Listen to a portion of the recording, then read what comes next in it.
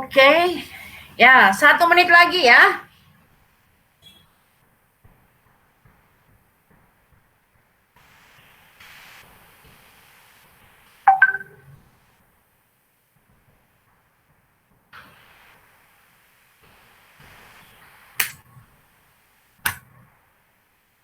Baik, sudah jam 7:10 sudah dengan kesepakatan kita.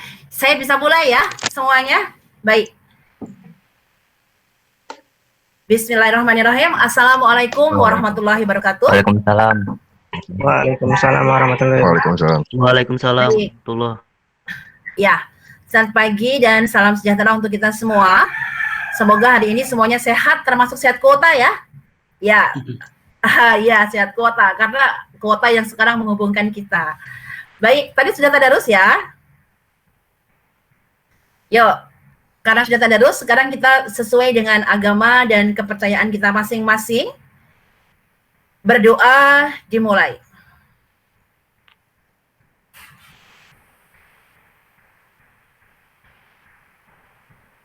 Oke, selesai. Terima kasih. Ya.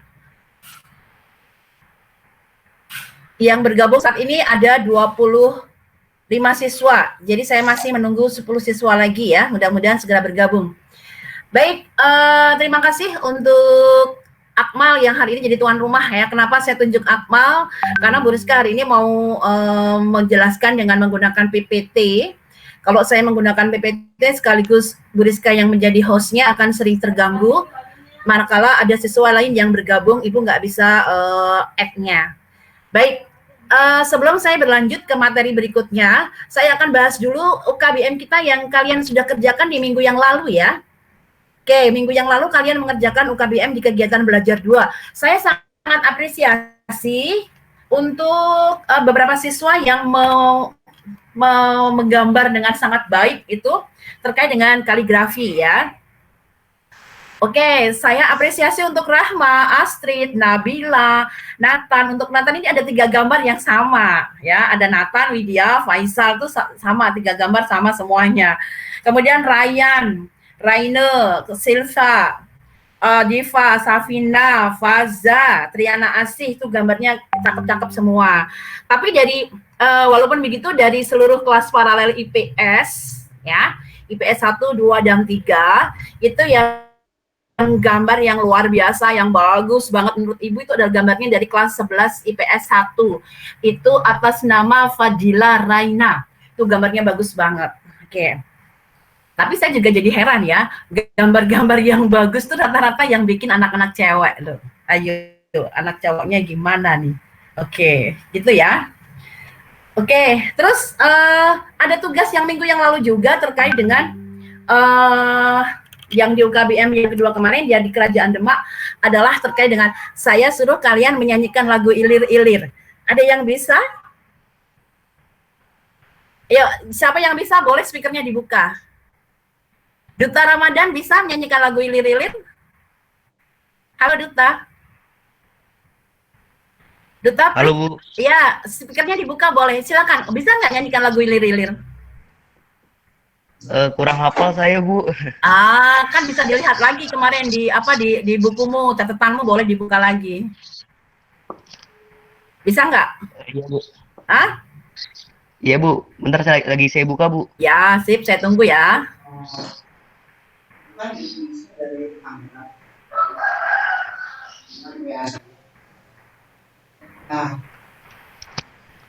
Yuk, Duta.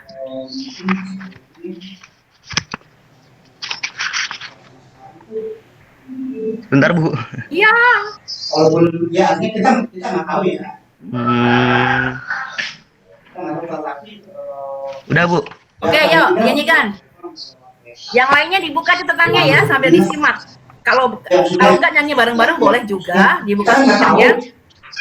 Boleh kita pagi-pagi nambah imunitas kita biar kita senang. Yuk nyanyi dulu boleh. Lagu Ilir-Ilir. Dibuka semua speakernya boleh yang bisa lagunya. Yuk dibuka semua boleh. Mutiara, Prianda, Raihan, Gladisya. Yuk semuanya dibuka boleh. Semuanya saja dibuka boleh. Kita nyanyi bareng-bareng ya. Ayo dibuka semua speakernya. Oke, kita mulai lagunya bareng-bareng ilir-ilir ya. Oke nggak? Ayo semua dibuka speakernya. Kita nyanyi bareng-bareng lagunya ilir-ilir. Yuk, 3, 2, 1. Ilir-ilir, ilir-ilir, tanggung lewosum ilir, tak ijo royo-royo, tak sengguh penganten anyar. Jaangon, pendek no blimbing kuwi, lunyu-lunyu pendek no, kanggo mbasuh tetiro, Bumi bedah pinggir, tomono cuma tomono, kanggo sepo mengko sore, hubung jembar kalangane, hubung padang rembulane, do surah hiyo. Kurang lebih seperti itu ya lagunya ya. Oke. Nah, kemudian di nomor soal ini itu sebagian besar siswa menjawab dengan yang sama ya. Sebagian siswa menjawab sama, tapi tidak begitu lengkap maksudnya. Terkait dengan makna lagu ilir-ilir ya. Baik, oke, saya tambahkan sedikit di sini tentang makna lagu ilir-ilir ya. Ilir-ilir, ilir-ilir itu ngelilir, bangun, wake up. Maksudnya siapa? Kita semua disuruh bangun. Lihatlah, lir-ilir, tandurewo sumilir. Tanaman itu sudah hijau, sudah subur ya. Tak ijo royo-royo, tak sengguh pengantin anyar. Hijau bertumbuh dengan subur, dikira seperti sepasang pengantin baru. Cah angon, bocah angon, kita semua diibaratkan seperti orang pengangon ya. Penekno blimbing kui, panjatlah pohon blimbing itu. Mengapa pohon blimbing? Star fruit, pohon blimbing itu kan dia memiliki gerigi 5, ya enggak? Nah, gerigi 5 itu menggambarkan dalam rukun Islam. Penekno blimbing kui, ya. Gapelah, panjatlah pohon blimbing itu. Lunyu penekno, walaupun licin tetaplah memanjat. Artinya walaupun sulit, sesulit apapun harus tetap kita raih, harus tetap bisa kita raih. Penekno blimbing kui, lunyu penekno, kanggo mbasuh dodot iro. Dodot itu baju ya, baju untuk membersihkan bajumu. Bajumu dodot iro, kumiter bedah ing pinggir. Bajumu sudah compang-camping. Jahitlah, tomono jumatono. Jahitlah, perbaikilah untuk kanggo sebo mengko sore, untuk menghadap nanti sore. Ya. Oke, ini mengandung makna yang sangat tinggi bahwa kita sebagai umat Islam, kita harus bangun dari keterpurukan, bangun dari sikap malas. Ya. Diri kita yang sudah banyak dengan bergelimang dosa, sudah compang-camping, itu diibaratkan seperti itu ya, harus perbaiki diri. Ya, perbaguslah keimanan kita, kelakuan kita, sikap kita, tabiat kita. Ya, selagi masih ada waktu. Ya, mumpung jembar kalangane, mumpung padang rembulane. Selagi masih ada waktu, selagi masih ada kesempatan untuk bekal nanti menghadap. Menghadap ke siapa? Menghadap yang Maha Pemilik hidup. Nah, itulah kurang lebih makna yang terkandung dalam lagu ilir-ilir ya. Sebuah lagu tulanan, tembang tulanan, tapi tidak hanya sekedar lagu saja, tapi bermakna sangat tinggi ya. Itu di soal nomor berapa itu dari Kerajaan Demak ya. Oke. Kemudian lanjut lagi saya bahas masih di UKBM kegiatan 2 kemarin. Pada Kerajaan Mataram. Di situ ada gambar pintu masuk ya, pintu masuk pada masjid gede yang ada di Kota Jogja. Itu semua juga hampir menjawab sama, adalah bahwa ada pengaruh Hindu-Budanya, tetapi tidak dijelaskan pengaruh Hindu-Buddha yang bagian mana. Oke, udah saya tambahkan materinya di sini ya. pengaruh Hindu-Buddha pada pintu masuk masjid ke kota gede itu adalah pada bentuk gapuranya. Gapuranya berbentuk seperti gapura paduraksa. Jadi gapura yang bagian atasnya, mungkin nanti dilihat lagi di UKBM-nya ya, itu ditangkupkan, dikaitkan dengan batu atau dikaitkan dengan batu bata atau bangunan yang mengaitkannya. Jadi dua gapura itu kemudian dihubungkan. Nah biasanya gapura ini pada candi-candi Hindu-Buddha yang ada di wilayah Jawa Tengah itu menggunakan gapura model paduraksa. Biasanya gapura ini memisahkan antara ruang yang satu dengan ruang yang lainnya. Oke, itu ulasan Ibu terkait dengan materi kemarin ya. Baik, hari ini kita akan masuk ke materi baru, masih lanjutan dari Kerajaan Maritim Kerajaan Maritim Islam. Kita akan masuki pada kerajaan atau Kesultanan Makassar. Oke, sebelum saya berlanjut, ada pertanyaan terkait dengan materi kemarin, Kerajaan Demak dan Kerajaan Mataram. Saya Ibu beri kesempatan untuk bertanya, silahkan yang belum jelas dari materi kemarin.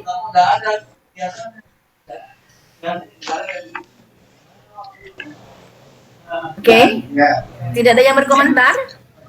Berarti saya anggap jelas ya materi yang kemarin ya. Baik, kalau begitu kita beralih. Halo, ada yang mau berkomentar? Silahkan.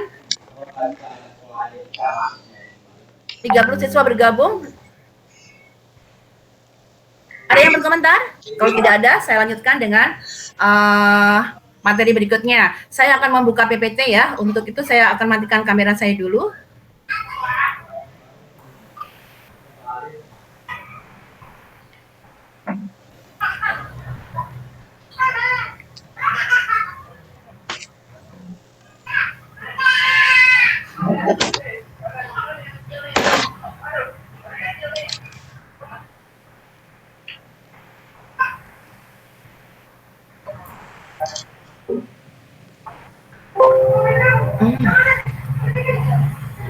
Halo.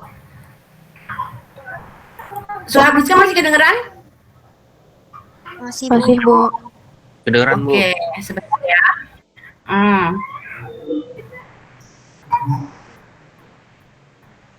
PPT Briska sudah muncul belum? Belum Bu. Belum Bu. Belum. Oke, sebentar ya.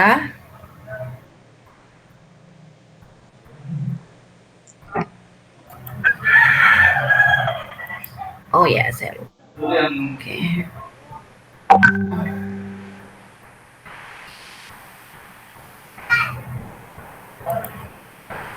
Sudah muncul?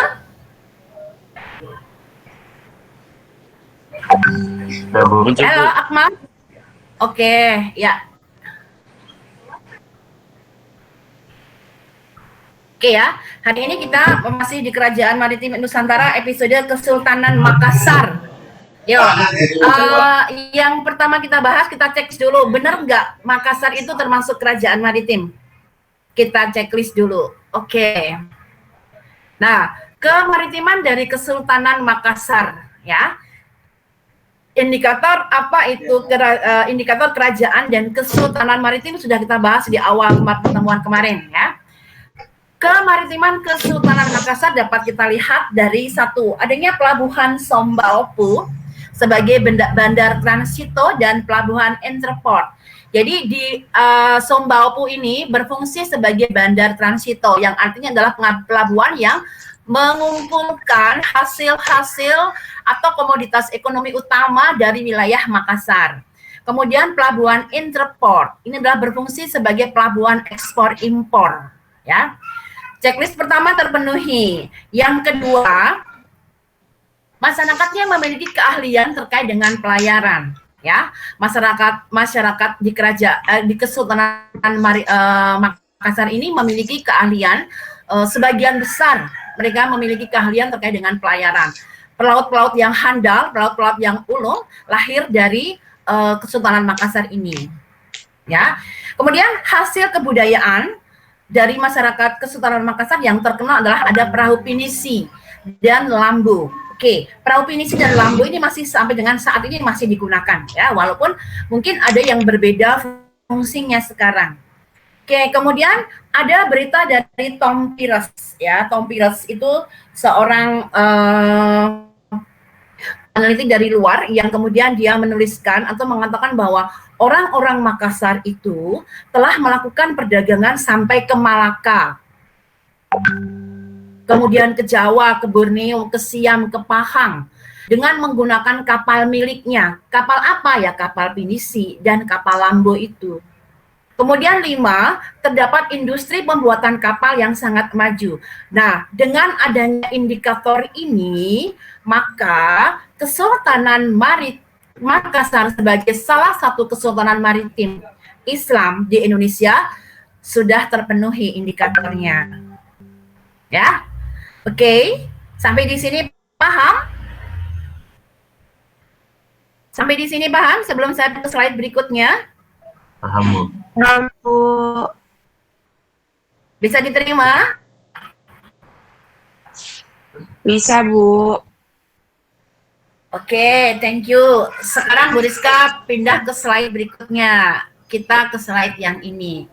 Yuk, kalau kalian melihat gambar ini, ayo saya mau kalian melihat dulu, perhatikan dulu, kemudian menginterpretasi, ayo menafsirkan apa sih maksud dari gambar itu. Yo, silakan diamati dulu. Ya. Ini gambar apa ini? Ayam sama apa ini? timur, Bu. Timurnya matahari. Timur. Arah timur. Timur matahari. Oke, saya mau komentarnya dari kelas sebelah, dari Diva. Ayo Diva, come on Diva. Kamu melihat gambar itu menafsirkannya seperti apa, Diva? Maaf, Bu. Kenapa, Bu? Diva melihat gambar itu kemudian menafsirkan dalam sebuah kalimat. Ayam jantan dari timur. Tadi siapa benar? Diva kan? Iya betul, thank you. Ayam jantan dari timur. Ini adalah gambar matahari timur. Matahari terbit dari arah timur ya. Yang dimaksud ayam jantan dari timur itu siapa? Sultan Hasanuddin. Iya, adalah Sultan Hasanuddin ya.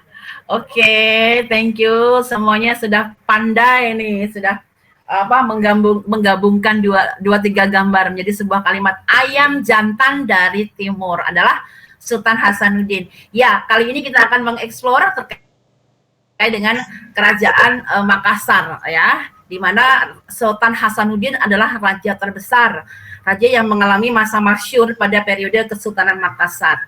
Oke, saya beralih ke sini ya. Slide ini. Baik. Kerajaan Makassar atau Kesultanan Makassar itu pada awalnya adalah gabungan dari dua kesultanan yang ada di wilayah Sulawesi Selatan. Baik, di Sulawesi Selatan selain ada Gua Talu, juga ada kerajaan-kerajaan lain yang merdeka ya. Di antaranya adalah kerajaan untuk kesultanan kalian memaknanya sama aja ya. Adalah Kesultanan Bone, Wajo, Sopeng, Luwu, Goa, dan Talu. Nah, memang pada awalnya kesultanan ini belum memeluk agama Islam. Nah, kemudian datang seorang tokoh ulama besar dari Sumatera Barat adalah Datuk Ribandang yang kemudian melakukan syiar Islam di wilayah Sulawesi ya, khususnya di wilayah Sulawesi Selatan. Oke. Nah, Raja Goa adalah Daeng Mangrabia, Mangarangi Daeng Manrabia yang lebih awal ya, yang lebih pertama memeluk agama Islam. Nah, setelah memeluk agama Islam, Daeng Manrabia ini kemudian bergelar Sultan Alauddin. Nah, berikutnya kemudian diikuti oleh Raja Talu ya. Karaeng Katangka atau Karaeng Matoaya yang kemudian juga memeluk agama Islam.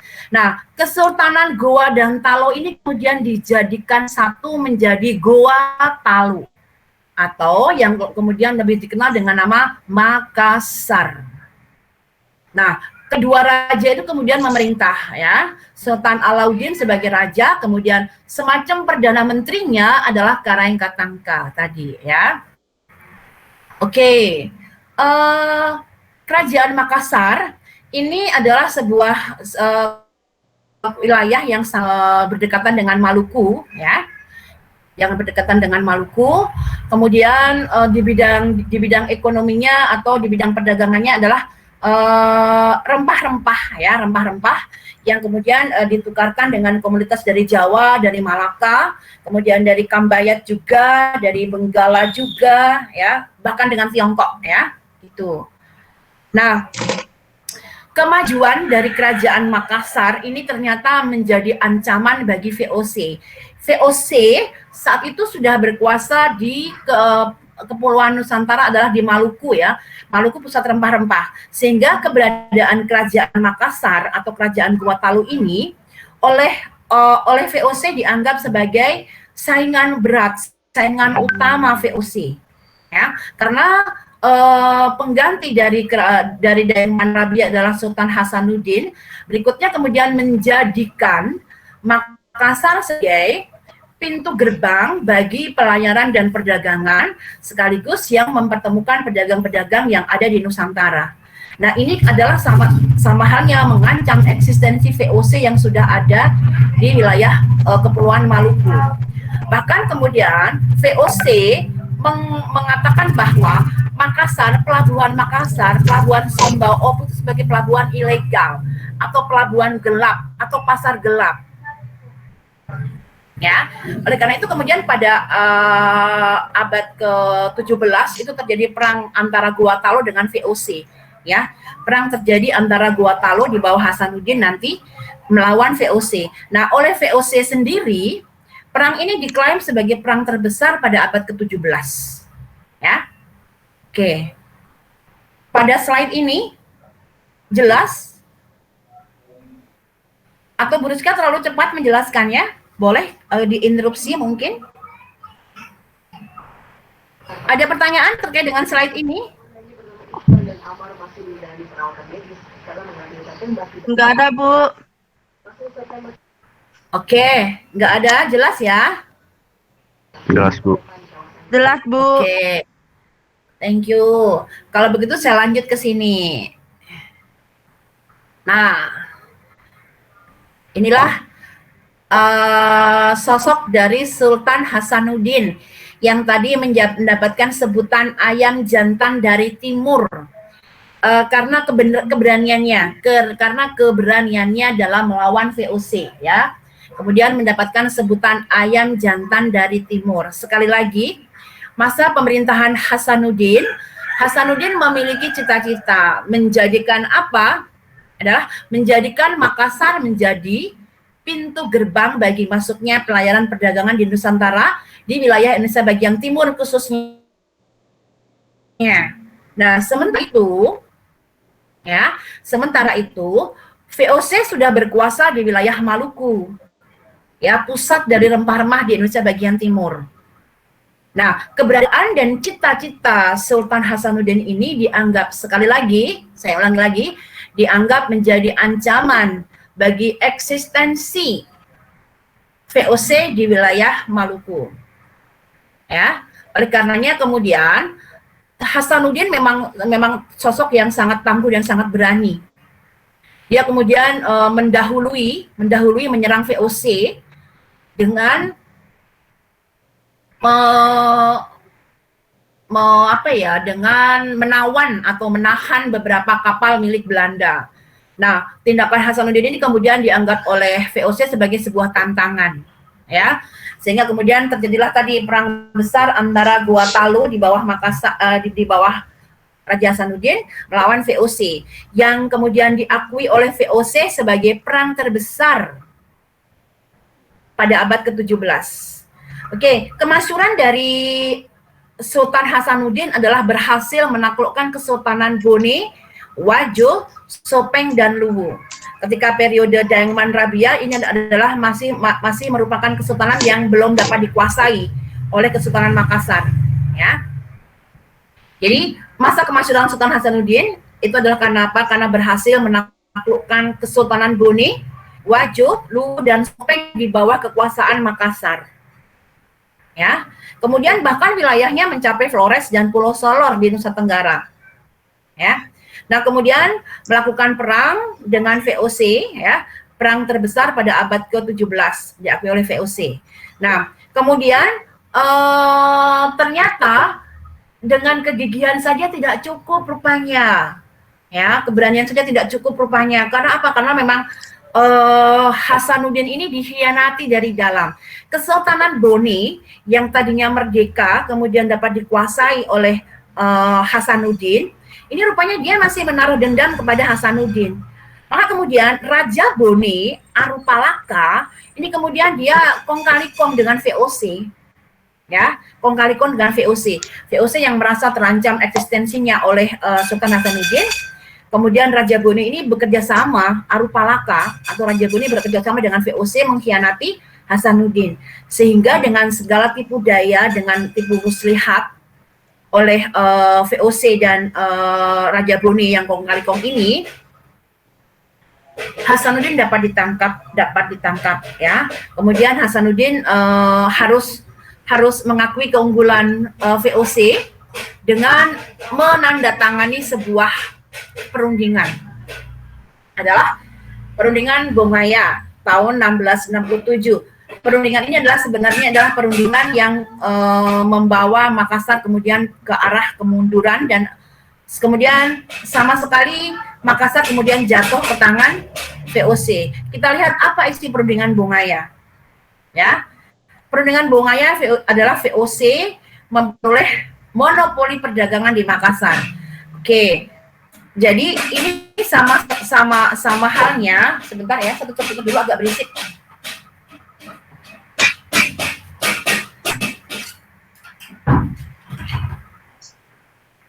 Oke, saya lanjut lagi. Oke, dengan adanya perjanjian Bongaya ini berarti seluruh perdagangan yang ada di Makassar itu menjadi monopoli VOC. Ya, seluruh perdagangan yang ada di Makassar menjadi haknya VOC. Kemudian Belanda memiliki hak atau diberikan izin untuk mendirikan benteng pertahanan di Makassar. Nah, benteng ini kemudian disebut dengan benteng Rotterdam. Ya, benteng pertahanan Rotterdam, ya. Benteng ini berfungsi selain untuk militer pertahanan, juga berfungsi sebagai gudang, ya, gudang untuk menampung rempah-rempah milik VOC. Nah, kemudian tadi karena Raja Brunei dan Raja Sopeng itu bekerja sama dengan VOC untuk mengalahkan Sultan Hasanuddin, maka dalam perundingan Bongaya ini bahwa Makassar kemudian harus melepaskan wilayah Brunei dan Sopeng.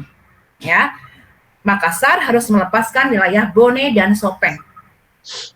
Brunei dan Sopeng kemudian diakui sebagai negara yang merdeka atau kesultanan yang merdeka. Sorry. Apakah merdeka yang sesungguhnya? Tentu saja tidak. Karena apa? Meskipun sebagai kesultanan yang merdeka, tetapi Brunei dan Sopeng tetap berada di bawah kekuasaan VOC. Kemudian Makassar mengakui Arupalaka sebagai Raja Brunei. Ya, selain itu, Makassar harus mengganti kerugian perang dengan VOC sebesar 250.000 ringgit.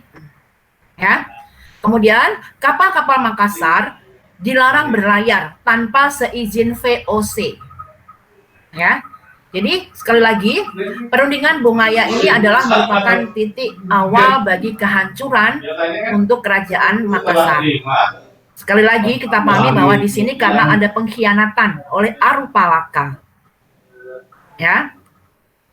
Oleh Arupalaka, bahkan sampai sekarang ini kemudian menjadi sebuah sindiran politik juga, ya. Sama-sama di wilayah Sulawesi sana. Kalau orang menganggap Hasanuddin sebagai pahlawan, maka kemudian Arupalaka dianggap sebagai pengkhianat. Seperti itukah ya? Oke, jadi ya Arupalaka mungkin memiliki ambisi sendiri untuk wilayahnya, memerdekakan diri dari Makassar, ya. Sebuah alasan yang bisa juga diterima karena Arupalaka sebagai seorang raja, ya dia ingin membebaskan Brunei dari Makassar. Oke, sekali lagi perundingan Bongaya ini adalah perundingan antara Makassar, Kesultanan Makassar dengan VOC, ya, VOC Belanda. Jadi perundingan ini kemudian nanti akan menjadi titik awal bagi kelemahan Kerajaan Makassar, ya. Oke, sampai di sini bisa diterima? Atau ada yang mau ditanyakan? Ada, Bu. Halo, ada yang mau ditanyakan? Nggak ada, Bu. Udah, Bu. Ryan, jelas Ryan? Oke, kalau jelas saya lanjut ya. Iya, Bu. Oke. Nah, kemudian bagaimana dengan akhir Kesultanan Makassar? Nah, pengganti dari Sultan Hasanuddin ya adalah Mapasomba. Maka Mapasomba ini berkuasa adalah ketika sudah ada perundingan Bungaya, ya. Nah, sebenarnya Hasanuddin sudah berpesan kepada Mapasomba untuk mengikuti saja kemauan VOC, ya, untuk mengikuti saja kemauan VOC. Supaya apa? Supaya eksistensi Kerajaan Makassar tetap ada. Nah, tetapi saran dari Hasanuddin diabaikan oleh Mapasomba karena Mapasomba juga memiliki jiwa yang sangat pemberani, ya, seperti ayahandanya. Nasihat dari Hasanuddin untuk Mapasomba agar dia mengikuti kemauan VOC tidak diindahkan oleh Mapasomba atau tidak dijalankan oleh Mapasomba, ya. Sikapnya tetap melakukan perlawanan yang keras melawan Belanda. Ini kemudian dijadikan sebagai alasan yang kuat bagi Belanda kemudian untuk melakukan serangan secara besar-besaran, ya. Serangan secara besar-besaran dilakukan atas Mapasomba yang kemudian menjadikan Mapasomba kalah, ya. Nah, dengan kalahnya Mapasomba sudahlah berarti berakhirlah masa kekuasaan Kesultanan Makassar karena Belanda kemudian VOC, ya, VOC kemudian berkuasa penuh atas Kesultanan Makassar. Udah di HP adik ya. Oke. Oke, jadi saya ulang lagi. Akhir dari Kesultanan Makassar. Tadi sebelumnya Hasanuddin telah menandatangani perundingan perjanjian Bungaya, ya. Itu sebagai awal kemunduran. Nah, kemudian Hasanuddin menyarankan kepada Mapasomba untuk mengikuti saja kemauan VOC. Ternyata usul dari Hasanuddin atau saran Hasanuddin, nasihat Hasanuddin kepada Mapasomba diabaikan. Karena Mapasomba juga memiliki jiwa yang sangat berani melawan VOC, ya. Nah, kemudian sikapnya yang nyata-nyata terang-terangan menentang VOC ini kemudian dijadikan sebagai alasan yang kuat bagi VOC Belanda untuk mengerahkan pasukan secara besar-besaran menaklukkan Mapasomba. Mapasomba tidak bisa berbuat apa-apa kecuali menyerah, ya. Itulah kemudian akhir atas kekuasaan Makassar, ya. Belanda kemudian berkuasa penuh atas Kesultanan Makassar. Seperti itu, ya. Oke. Sampai di sini ada yang mau bertanya mungkin? Silakan, saya mau ada yang bertanya. Yuk, silakan berkomentar.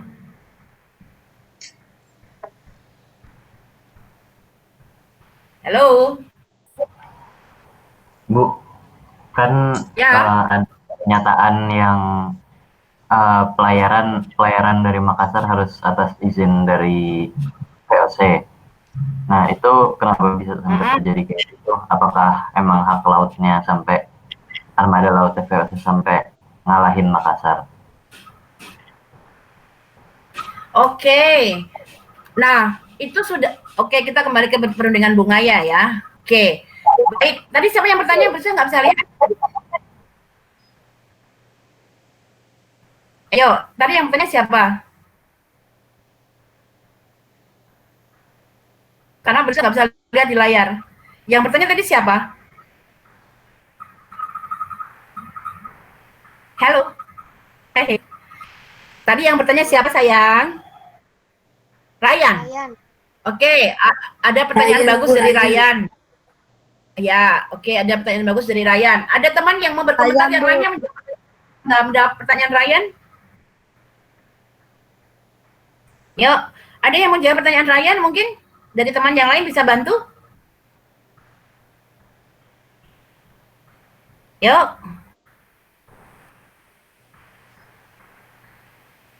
Apakah VOC kemudian melarang dari kapal-kapal Makassar ini untuk berlayar itu ada kekalahan bagi Makassar? Apakah kemudian bisa semuanya dikuasai oleh VOC begitu? Ya, ada yang mau menjawab? Yo, boleh berkomentar yang lain untuk menjawab pertanyaan Ryan. Ibu Rizka tunggu. Tadi pertanyaannya apa, Bu? Ayo, tadi pertanyaannya apa? Tidak menyimak. Ryan, diulang lagi Ryan, biar jelas temanmu.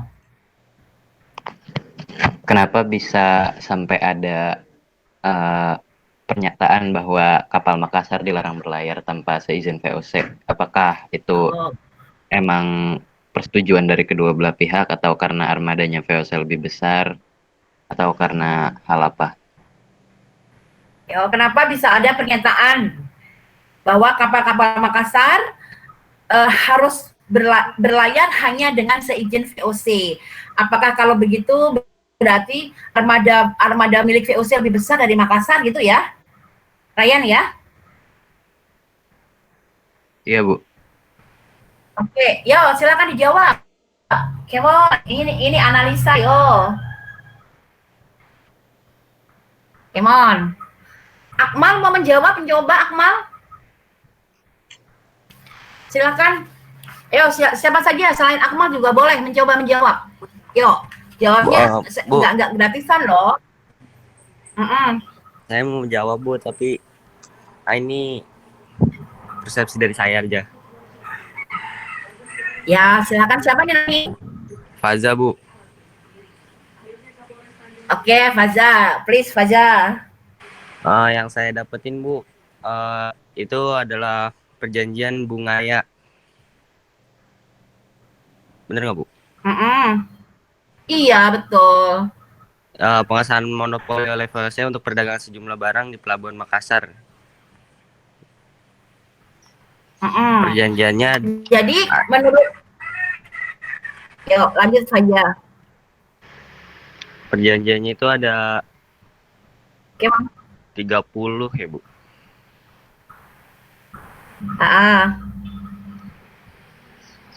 Ya, di segitu aja, Bu. Detail-detailnya ya. Gitu aja. Ada yang mau berkomentar lain? Faza menjawab karena sudah menandatangani perundingan Bungaya ya. Yang detail perjanjiannya hampir ada 30 pasal mungkin seperti itu ya, bahwa satunya adalah bahwa Makassar dilarang berlayar. Tadi pertanyaan dari Ryan adalah kalau begitu apakah armada VOC lebih besar daripada armada lautnya Makassar itu? Yo, ada lagi yang mau menjawab, Kemon? Bu, saya mau menjawab, Bu. Siapa Bu. namanya? Akmal. Ya. Kan Akmal, tadi oke Akmal, silahkan. pertanyaan Ryan, apakah VOC memang lebih kuat daripada Kesultanan Makassar? Jawabannya iya, Bu. Karena Kesultanan Makassar pernah menolak perjanjian itu, terus menyerang balik, namun tetap aja VOC masih lebih kuat, Bu. Oke, ada dua jawaban ya dari Faza dan dari Akmal ya. Dari Faza tadi saya meresum saja terkait dengan perundingan Bungaya ya. Kemudian dari Faza bahwa armada laut dari VOC jauh lebih besar dibandingkan dengan armada dari Makassar. Sana lagi, terlebih lagi adalah adanya itu tadi ditusuk dari belakang ya kan? Oleh siapa? Raja Boni dan Raja Sopeng, gitu ya. Tentu saja kekuatan dari VOC kemudian jadi lebih bertambah besar lagi karena ada bantuan dari Boni dan Sopeng. Oke, begitu Ryan ya. Ya, Bu. Oke Ryan. Ya, Bu. Oke, ada lagi yang mau bertanya sebelum Ibu pindah ke slide berikutnya? Ayo, ada lagi yang mau ditanyakan? Oke, ya ada. Nggak ada? Tidak ada? Oke, sekarang kalau tidak ada, saya lanjut pada kehidupan sosial ekonomi Kesultanan Makassar. Ya, bahwa secara umum kehidupan masyarakat Makassar ini terikat dengan norma dan adat dalam agama Islam. Kemarin sama halnya dengan wilayah di Kesultanan Aceh kemarin ya. Kalau di Kesultanan Aceh Darussalam sampai sekarang masih menggunakan syariah Islam dalam kehidupan sehari-harinya. Sedangkan pada Kesultanan Makassar sama-sama bahwa terikat adat dan norma dalam agama Islam yang kemudian disebut dengan pangadakang. Sehingga semua kehidupan sosial masyarakatnya diatur dengan kuat. Warganya tunduk takluk ya, taat kepada norma adat yang berlaku dan yang dipadukan dengan agama Islam yang bersumber dari Al-Qur'an. Yang kemudian dikenal dengan nama istilah pangadakang. Jadi pangadakang itu adalah perpaduan antara norma adat dan agama Islam, ya. Nah, kemudian kehidupan sosialnya cenderung bersifat feodal dengan feodal itu adalah norma sosial atau stratifikasi sosial masyarakat yang berdasarkan pada kepemilikan tanah. Nah loh, masyarakat maritim kok berdasarkan kepemilikan tanah. Nah itulah yang menjadi masalah bagi masyarakat di Makassar sana. Banyak orang yang kemudian tidak menyetujui dengan adanya kehidupan sosial atau strata sosial yang bersifat feodal ini, sehingga banyak di antara orang-orang Makassar yang kemudian mereka meninggalkan Makassar untuk menghindari adanya sistem feodal ini. Walaupun dia meninggalkan Makassar, namun dia tetap menjaga adat dan budaya masyarakat Makassar.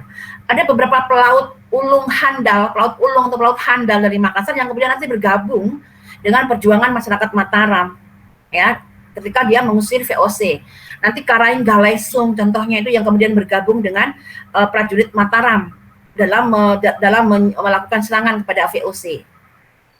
Oke, di kehidupan sosial itu cenderung bersifat feodal ya, dengan lapisan masyarakat.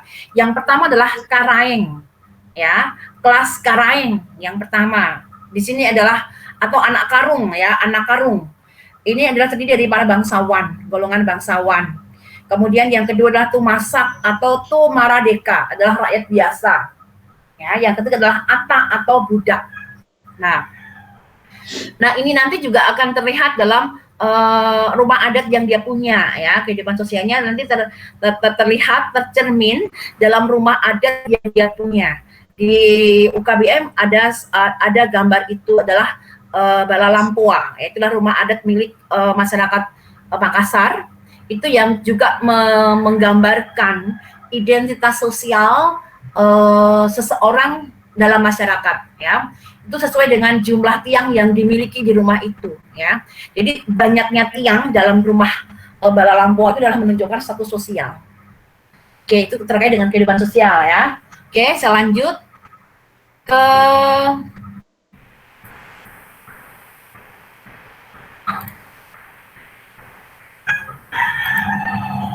kemudian kehidupan ekonomi masyarakat Kesultanan Makassar ya.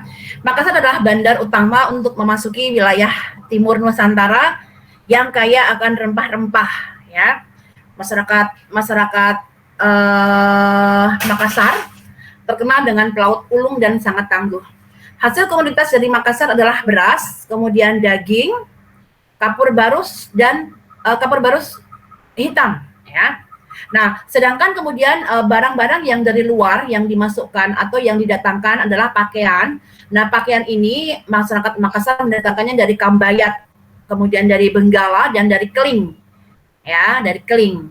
Nah, kemudian sedangkan untuk kebutuhan barang mewah lainnya seperti keramik itu didatangkan dari Tiongkok.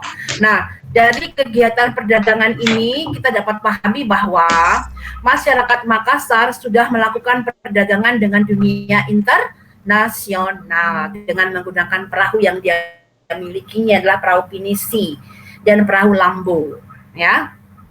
Kemudian perdagangan yang sangat maju itu disebabkan dengan jatuhnya Malaka ke tangan Portugis. Jatuhnya Malaka ke tangan Portugis menyebabkan kemudian orang-orang berpindah ke pelabuhan Sombao. Ya, orang-orang yang beragama Islam dia akan cenderung lebih suka berdagang dengan sesama orang-orang pedagang yang namanya Islam juga. Biasanya mereka akan memberikan harga spesial, harga yang lain ketika dia berdagang dengan pedagang non Muslim atau non Islam, ya. Oke, nah kemudian perdagangannya maju juga karena apa? Karena orang-orang Bugis itu terkenal sebagai pelaut-pelaut yang handal, pelaut-pelaut yang ulung, dia yang akan mati-matian mempertahankan wilayah lautnya. Ya, kemudian yang ketiga adalah karena tersedia banyak rempah-rempah dari Maluku. Sekali lagi bahwa Makassar ini merupakan pintu gerbang bagi masuknya perdagangan di wilayah timur Nusantara, ya, termasuk Maluku di sini, ya. Oke, maka di Makassar terdapat banyak sekali rempah-rempah. Oke, itulah yang kemudian menyebabkan Kesultanan Makassar mengalami masa keemasan pada ekonomi juga, ya. Ketika itu, ya karena ini tadi, ya, selain sebagai pintu masuk bagi perdagangan di wilayah Nusantara dengan wilayah timur Nusantara, kemudian pelaut-pelaut yang sangat handal, pelaut-pelaut yang sangat ulung yang akan dengan tanggung jawab yang sangat tinggi dalam hal mengamankan wilayah lautnya, ya. Kemudian juga memiliki rempah-rempah yang sangat banyak. Oke, saya lanjut lagi. Kemudian kehidupan masyarakat budayanya, ya, karena masyarakatnya bercorak maritim, maka sebagian besar adalah budayanya menghasilkan budaya-budaya maritim juga, seperti halnya adalah perahu pinisi dan perahu lambo. Kemudian untuk menjamin dan mengatur kehidupan pelayaran dan perdagangannya, nah, Kesultanan Makassar membuat semacam undang-undang atau hukum yang disebut dengan AD. Ini adalah Undang-Undang Pelayaran dan Perdagangan, ya. Undang-Undang Pelayaran dan Perdagangan adalah yang disebut dengan AD Alopiloping Bacana Pabalui. Nah, ini adalah kitab undang-undang pelayaran dan perdagangan yang kemudian ini dimuat dalam sebuah buku yang bernama Amanagapa, Lontana Amanagapa. Ya, kemudian terdapat pula rumah adat Lampua yang menunjukkan sukses seseorang. Mana sih gambarnya? Sebentar. Nah, ini adalah hasil budaya. Namun di sini nggak terlihat ya tiang-tiangnya, ya. Hasil budaya masyarakat Kesultanan Makassar adalah Bala Lampua, ya. Ini adalah rumah adat adat Bugis yang ini jumlah tiang-tiang yang ada di dalam bangunan ini itu menunjukkan kelas sosial atau status sosial masyarakat pemilik itu. Bala Lampua. Oke. Kemudian satu lagi ini adalah hasil budaya dari masyarakat Makassar adalah perahu lambo, ya, lebih kecil dibandingkan dengan perahu pinisi. Oke, kita lihat dalam perahu pinisi ini dua tiang besar pada perahu pinisi ini adalah lambang dari simbol dari dua kalimat syahadat, ya. Dua tiang besar ini menggambarkan kalimat syahadat. Sedangkan 7 layar yang ada pada perahu pinisi ini adalah menyimbolkan dari 7 ayat dari surah Al-Fatihah, ya. 3 layar utama di depan, kemudian ada 2 layar di depan juga, ini layar utamanya, ya. Kemudian ada 2 layar di belakang. Jadi sekali lagi 2 tiang besar ini adalah menyimbolkan atau melambangkan kalimat syahadat, sedangkan 7 tiang layarnya ini adalah simbol dari 7 surat dalam surat Al-Fatihah, ya, 7 ayat dalam surat Al-Fatihah. Itu terkait dengan kemaritiman atau hasil budaya dari masyarakat Makassar. Nah, sekarang perahu pinisi ini kalau kita jumpai sudah tidak lagi sudah banyak yang berubah fungsi memang perahu pinisi, ya. Ada yang sudah berubah fungsi menjadi perahu-perahu pesiar, perahu-perahu besar pesiar, perahu mewah, ya, yang kemudian disponsori oleh para saudagar, para pengusaha-pengusaha besar atau perusahaan-perusahaan besar, yang kemudian ini menjadi kapal pesiar yang sangat mewah, yang ada beberapa fasilitas yang sudah sangat modern, ya.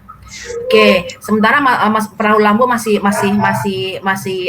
ada juga, berperan juga dalam hal perdagangan lokal ini, ya, perahu lambo. Oke, sampai di sini ada pertanyaan terkait dengan Makassar? Enggak ada, Bu. Cukup? Jelas, Bu. Oke, terima kasih. Oke, terima kasih. Kalau sudah, berarti bahasan kita sudah selesai sampai di sini, ya. Untuk Kesultanan Makassar, ya. Waktu selanjutnya kalian kerjakan UKBM yang ada di kegiatan belajar 3. Nah, ada waktu 60 menit kalian kerjakan UKBM-nya. Dikerjakan di mana? Dikerjakan di buku catatan. Dikerjakan di buku catatan. Kita masih terhubung dengan WA Group. Kalau ada hal yang tidak jelas dari penjelasan Bu Rizka, ada hal yang mau ditanyakan, kita masih terhubung dengan WA Group, kita berdiskusi di WA Group. Oke? Kita berjumpa lagi di UKBM. Dan jangan lupa, minggu depan, saya akan ambil ulangan terkait dengan KD 3.2. Ya. Saya akan ambil nilai kognitifnya dari KD 3.2, ulangan sumatifnya ya. Oke, ingat sampai saat ini tempat aman dan terpindah adalah di rumah saja. So, jangan keluar rumah. Gunakan masker. Masker membuatku aman dan selalu sehat. Oke, terima kasih sudah bergabung hari ini ya. Oke, saya kembali dulu.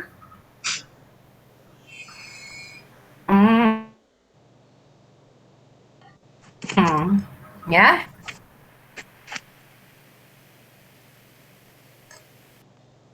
Oke, sebentar. Ya. Terima kasih sudah bergabung. Kembali sekali lagi saya sampaikan bahwa kita masih tergabung dengan Group untuk mengerjakan kegiatan belajar yang ketiga. Kalau ada hal yang mau ditanyakan, silahkan kita berdiskusi di situ, ya. Jangan lupa minggu depan kita ulangan. Yuk, silakan dibuka kameranya. Silakan dibuka kameranya semua. Yuk, Akmal akan ambil untuk dokumentasi kita hari ini, ya.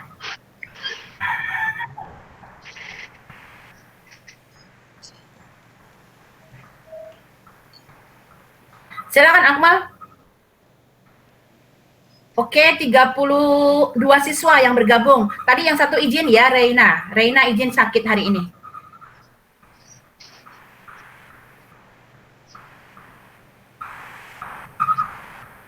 Kok saya nggak mau kebuka kameranya? Yuk, Akmal silahkan diambil fotonya. Masih banyak yang belum, Bu. Ya, oke. Yuk. Please help, yo, gercep, gerak cepat, ya. Oke, nanti yang masih tidak jelas dari penjelasan Bu Rizka, kita masih terhubung di WA Group ya, boleh ditanyakan, boleh kita diskusi di situ. Ya, Bu. Untuk tugas DL-nya seperti biasa, jam 19. Mudah-mudahan tidak ada yang lewat ya. Ya, Bu. Ya, sip.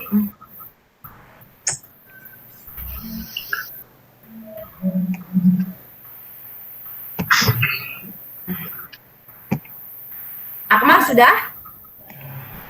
Ayo, ini yang masih pada belum nggak buka kamera. Ya. Ayo Ryan, Faza, Diva, Vina, Vira, come on, ya dibuka Duta. Natania, Astrid, Tiara Asih, yuk dibuka kameranya.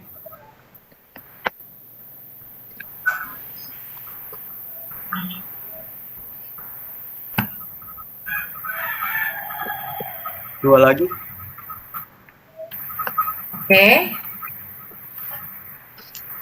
Oke ya. Terima kasih sudah join. Terima kasih Akmal untuk jadi tuan rumah Hamid hari ini. Kita ketemu masih di WA Group dan jangan lupa minggu depan kita akan ulangan. Selanjutnya kita akan bahas KD berikutnya 3.3 adalah perubahan pemikiran-pemikiran besar Eropa yang melandasi peristiwa besar di Eropa. Sampai jumpa. Assalamualaikum warahmatullahi wabarakatuh. Tetap kita bergabung di WA Group. Saya izin keluar ya Akmal.